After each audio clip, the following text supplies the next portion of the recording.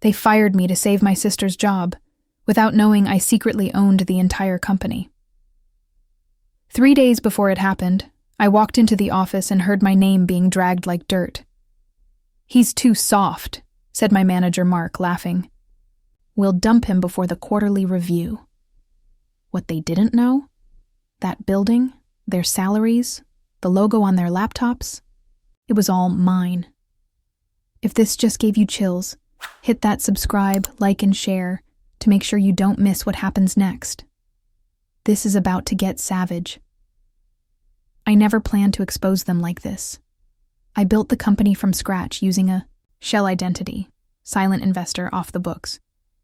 It was the only way to test who was real and who was just riding along for the paycheck.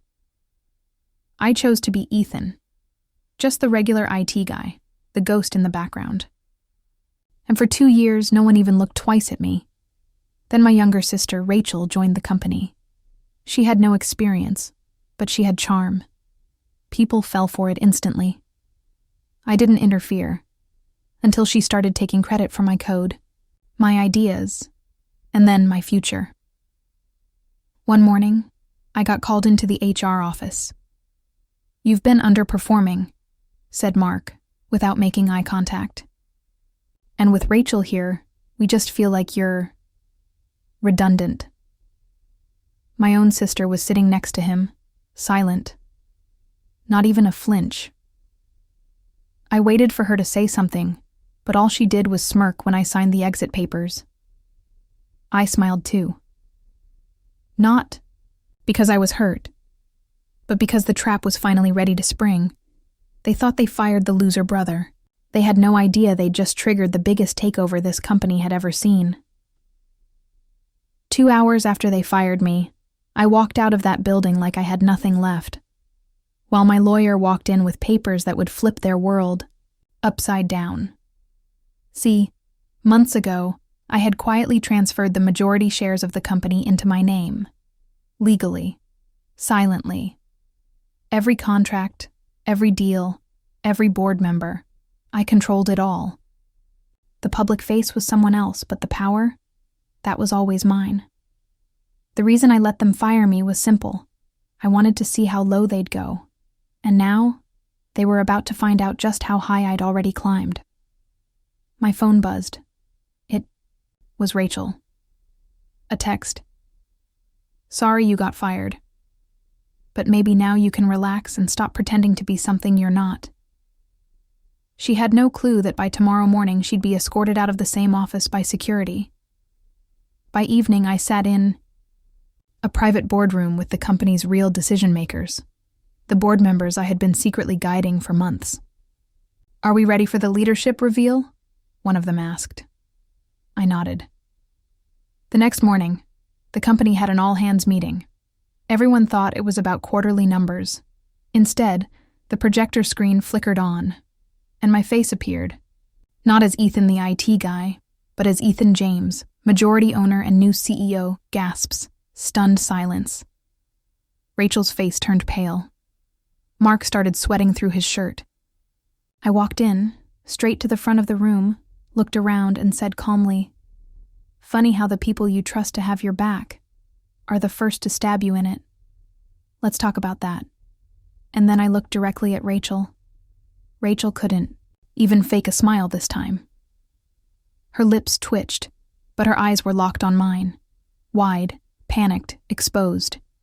She had spent the last 6 months climbing over everyone, throwing blame, stealing ideas, and charming her way up the ladder. She thought she was untouchable, and now she couldn't even move. "Before we start today's agenda," I said, my voice echoing across the conference hall, "let's clear the air." I turned toward Mark. "You fired me for being too soft, remember? But you forgot to check who signs your paychecks." A low murmur rippled through the crowd. Mark looked at the CFO like he expected backup, but the CFO just looked away. I clicked the remote again. The screen shifted to a breakdown of company ownership. My name stood in bold black letters, Ethan James, 73% ownership. Below it, Mark. Douglas, 0%. Rachel, nothing. No one in that room had more than 5%. I continued. Some of you may have wondered why the IT guy never argued. Why I didn't complain when my work was stolen. Why I stayed late while others took credit. The answer's simple. I was never here to impress you. I was watching you. Rachel finally stood up. This has to be a joke, she stammered. You're not qualified to run this company. You're just some coder. I smiled. You mean the coder whose software now powers 6 Fortune 500 companies? The coder who turned down Google twice? The coder who hired the people that hired you? She was trembling now. I helped build this company. No, I said sharply, my voice cold now. You helped build your ego. You trampled over loyal employees. You took credit for other people's work, including mine. You didn't know the IT guy you humiliated was the one writing your performance reviews behind the scenes. Gasps again. A few employees even clapped. I turned to the board. Effective immediately. I'm restructuring leadership. We're promoting based on loyalty, results, and integrity, not charm or connections. Mark and Rachel, you're both relieved of duty. Security will escort you out. Rachel laughed nervously, like she was still trying to wake up from a nightmare. You can't do this. We're family. I stepped closer, looked her dead in the eye, and said, That's what made it hurt more. She opened her mouth to argue, but security was already behind her. Mark didn't even try. He just grabbed his bag and walked out, head down. I looked at the rest of the room. To those who believed in hard work, even when no one noticed, you're about to get everything you deserve. And to those who thought they were untouchable, today is proof that no one is. As Rachel was dragged out, she turned one last time and screamed, You'll regret this. I didn't even flinch, because what she didn't know was that this was just the beginning. The office was buzzing after they left. Whispers, glances, tension so thick it felt like smoke. But I didn't say a word. I just walked back to my office, the real one, not the cramped IT desk where they used to toss empty coffee cups near my keyboard. For the first time, I sat at my own desk, in front of a window that overlooked the entire city. And yet, I didn't feel victory. Not yet. Because Rachel's betrayal wasn't just about corporate games. It was personal. She used to be my best friend, my little sister, the one I protected when our parents split, the one I stayed up helping with homework, even when I had coding tests the next morning. She didn't just climb over me. She watched me fall and chose to step harder. That night, I got a call from my mom.